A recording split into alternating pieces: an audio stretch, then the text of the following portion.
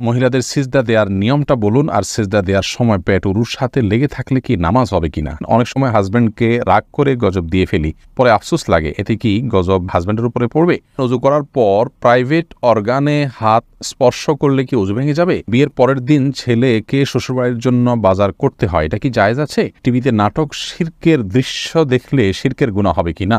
ঘরে বিড়াল থাকলে নাকি নামাজ হয় না, এটা কি সত্য কথা? তাহাজ্জুদ নামাজ কি ঘর অন্ধকার করে পড়তে হবে? আমার এক বান্ধবীর ধারণা, তার বিয়ে না হওয়ার জন্য তার শত্রুরা তার উপরে কালো জাদু করেছে। আমার বান্ধবীর করণীয় কি? যেসব নারীর সন্তান প্রসবের 40 দিনের পরেও রক্ত প্রবাহ বন্ধ না হয়, তারা কিভাবে বাদবন্দি করবেন? বাজারে যে বিভিন্ন নামি দামি ব্র্যান্ডের বডি লোশন এবং ক্রিম পাওয়া যায়, সেগুলো কি ওযু গোসল করার পর ব্যবহার করে নামাজ আদায় করা যাবে?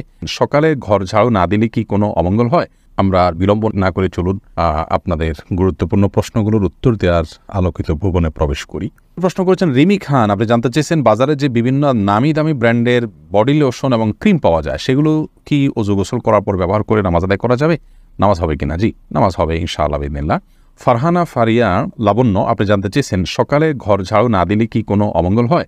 সকালবেলা নাকি পুরুষরা ঘুম থেকে ওঠার আগেই ঘর ঝাড়ু দিতে হয়? না বোন, এটা বানোয়াট কথা। হয়তো পুরুষ শাসিত সমাজে নারীদেরকে আপনার কোণঠাসা করে রাখার জন্য বা তাদেরকে কাজে লাগানোর জন্য কেউ তৈরি করেছে। এগুলোর সাথে ইসলামের কোনো সম্পর্ক নেই।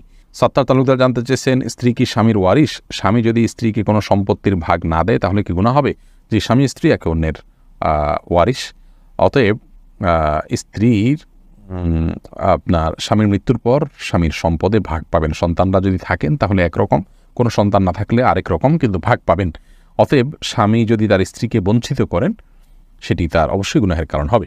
বেলাল, আপনি জানতে চেয়েছেন যেসব নারীর সন্তান প্রসবের 40 দিনের পরেও রক্ত প্রবাহ বন্ধ না হয়, তারা কিভাবে বাদবন্দি করবেন? 40 দিন পার হওয়ার পরেও যদি রক্ত প্রবাহ বন্ধ না হয়, নেফাস বন্ধ না হয়, তাহলে সেক্ষেত্রে তারা সম্পূর্ণ স্বাভাবিকভাবে সকলে বাদবন্দিগি সম্পাদন করতে পারবেন। সেখানে কোনো, আজকাল তো অনেক কিছু ব্যবস্থা রয়েছে যাতে করে ব্লাড যেখানে সেখানে না পড়ে, সে ব্যবস্থাপনা গ্রহণ করার পর তিনি এবাদবন্দি স্বাভাবিক করতে পারবেন। 40 দিনের পরে আর তার ব্লিডিং হলেও তাকে নেফাসে আক্রান্ত বা আপনার এটাকে আপনার প্রসব পরবর্তী যে ব্লিডিং বলা হয়ে থাকে, সেটির মধ্যে গণ্য করা হবে না। সামিয়া ফেরদৌস জানতে চেয়েছেন তাহাজ্জুদ নামাজ কি ঘর অন্ধকার করে পড়তে হবে? এর কোনো ভিত্তি আছে কি? তাহাজ্জুদের নামাজ এটা আমরা ঘর অন্ধকার করে লাইট বন্ধ করে পড়তে হবে, এর কোনো ভিত্তি নেই। বরং সেটা আপনার যেভাবে সেভাবে আদায় করতে পারেন। আপনার মনোযোগের জন্য আপনি যদি আলো আধার করে নিতে পারেন, ডিম আলো করে নিতে চান, তো সেটি করতে পারেন, কোনো অসুবিধা নেই। তবে অন্ধকারেই পড়তে হবে এমন কোনো বাধ্যবাধকতা বা নিয়ম নেই।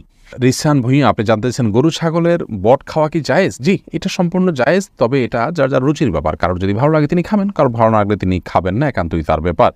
রহিমা চম্পা জানতে চেয়েছেন টিভিতে নাটক শিরকের দৃশ্য দেখলে শিরকের গুনাহ হবে কিনা? শিরকের দৃশ্য দেখানো হলে সেটি আমরা যদি দেখতে থাকি, আমাদের কাছে বিষয়টা সহজাত এবং স্বাভাবিক হয়ে যেতে পারে। এই জায়গা থেকে, এগুলো দেখা থেকে আমাদের বিরত থাকা উচিত। হ্যাঁ, শুধু নিছক ধারণার জন্য যে কীভাবে শিরক হয়ে থাকে আপনি জানলেন এবং সেটা ভয়াবহতা সম্পর্কে আঁচ করলেন, যে মানুষ কীভাবে তারই নিজের হাতে করা সৃষ্টিকে কীভাবে পূজা করছে, আপনি জাস্ট ধারণা নেওয়ার জন্য দেখলে সেটি গুনাহের কারণ হবে না। কিন্তু এইভাবে অহরহ যদি আপনি দেখতে থাকেন, বিশেষ করে নাটক সিনেমাতে, আপনার হিন্দি ফিল্ম ইত্যাদিতে যদি অনবরত এগুলো প্রদর্শন করা হয়, যেহেতু হিন্দিরা এগুলো করে থাকেন তাদের সামাজিক কালচার অংশ হিসাবে, সেগুলো দেখতে দেখতে আমাদের কাছে সহনীয় হয়ে যেতে পারে। সেজন্য এগুলো দেখা ওইভাবে অ্যাভয়েড করা উচিত। এরপর সাদিক ইসলাম জানতে চাচ্ছেন বিয়ের পরের দিন ছেলেকে শ্বশুরবাড়ির জন্য বাজার করতে হয়, এটা কি জায়েজ আছে? বিয়ের পরের দিন ছেলে শ্বশুরবাড়ির জন্য বাজার করতে হয়, এরকম কোনো কালচার ইসলাম আমাদেরকে শেখায় নাই। এগুলো আমাদের দেশীয় কালচার এবং সংস্কৃতি। ছেলে যদি সন্তুষ্ট হয়ে নিজে থেকে শ্বশুরবাড়ির জন্য কিছু করতে চায়, উপহার দিতে চায়, ভিন্ন কথা। কিন্তু এটাকে আপনার কালচার বানিয়ে যদি আমরা আদায় করি এবং ছেলে আপনার অপারক হলেও এটা দেওয়ার জন্য কষ্ট করতে হয় এবং দিতেই হয়, তাহলে সেই সংস্কৃতি অবশ্যই প্রশংসনীয় নয়। এরপরে আবু সিদ্দিক হানিফ জানতে চেয়েছেন ঘরে বিড়াল থাকলে নাকি নামাজ হয় না, এটা কি সত্য কথা? না, এটার কোনো ভিত্তি নেই। ঘরে বিড়াল থাকলে নামাজ হবে না কেন? নামাজ হবে। তাসনিম সুলতানা, আপনি জানতে চেয়েছেন আমার এক বান্ধবীর ধারণা, তার বিয়ে না হওয়ার জন্য তার শত্রুরা তার উপরে কালো জাদু করেছে। আমার বান্ধবীর করণীয় কি?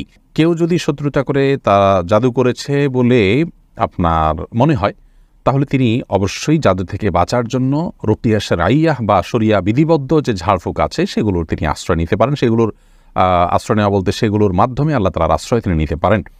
এবং আদৌ তাকে জাদু করা হয়েছে কিনা সেটাও আপনার যারা কোরআন হাদিসের আলোকে ঝাড়ফুঁক করে থাকেন এবং আপনার প্রফেশনাল বা বাণিজ্যিক কারণে আপনার যারা কবিরাজি করেন এবং হালাল হারাম বাছবিচার করেন না, এরকম মানুষ না হন, সেই মানুষগুলোর সাথে আপনার যোগাযোগ করলে ইনশাআল্লাহ বিদিনে তারা আপনাকে হেল্প করতে পারে। আপনার হিস্ট্রি শুনে তারা বলতে পারে যে আপনার জাদু করা হয়েছে কিনা। করা হয়ে থাকলে সেক্ষেত্রে আপনি পরবর্তী করণীয় অবশ্যই আপনি করতে পারেন। তবে অনেকে অহেতুক ধারণা করে, এজন্যই এটাকে আপনি একটু ভেরিফাই করে নিলে ভালো হয়। উম্মে সালমা রিহা, আপনি ইউটিউব চ্যানেলে প্রশ্ন করেছেন, অনেক সময় হাজব্যান্ডকে রাগ করে গজব দিয়ে ফেলি, পরে আফসোস লাগে, এতে কি গজব হাজব্যান্ডের উপরে পড়বে? না বোন, এর কারণে হাজব্যান্ডের উপর গজব পড়বে না। কোরআন কারীমের আয়াত থেকে স্পষ্ট বোঝা যায় যে রাগের মাথায় যখন মানুষ এ ধরনের বদদোয়া দিয়ে ফেলে, আল্লাহ রাব্বুল আলামিন সেগুলোকে বাস্তবায়ন করেন না। এবং তবে এটি একটা অন্যায় কাজ। মুমিন কখনো মানে কথায় কথা অভিসম্পাতকারী হতে পারে না। নবী করিম সাল্লাল্লাহু আলাইহি ওয়াসাল্লাম বলেছেন, ইমানদার কখনো লাআন হয় না, লাআনত করবে, অভিসম্পাত করবে, বদদোয়া করবে কথায় কথা, এটি ইমানদারের চরিত্র নয়। অতএব সবর এবং ধৈর্যের পরাকাষ্ঠা প্রদর্শন করতে হবে ভালো ইমানদার হওয়ার জন্য। আর দীপু জানতে চেয়েছেন, ওযু করার পর প্রাইভেট অর্গানে হাত স্পর্শ করলে কি ওযু ভেঙে যাবে? ইমাম আবু হানিফা রাহিমাহুল্লাহর মত অনুযায়ী ওযু ভাঙবে না, এবং এর সপক্ষে অনেকগুলো দলিল এবং যুক্তি আছে, বিভিন্ন স্পষ্ট হাদিস রয়েছে। যদিও অনেক ইমামদের মতে যদি কোনো আড়াল ছাড়া স্পর্শ মানে সরাসরি স্পর্শ করেন তাহলে সেক্ষেত্রে ওযু ভঙ্গ হবে। সোনিয়া আক্তার জানতে চেয়েছেন, মহিলাদের সিজদা দেওয়ার নিয়মটা বলুন, আর সিজদা দেওয়ার সময় পেট উরুর সাথে লেগে থাকলে কি নামাজ হবে কিনা? জি, নামাজ হবে। নামাজ হবে না, নারী পুরুষের সালাত নিয়ে যে মত পার্থক্য আছে এটাকে আমরা অনেক বড় করে দেখি। বিষয়টা এরকম বড় কিছু না। আপনার এখানে যারাই ইখতিলাফ করে থাকেন, জাস্ট এখানে পদ্ধতির উত্তম অনুত্তমের বিষয়টা, নামাজ হওয়া না হওয়ার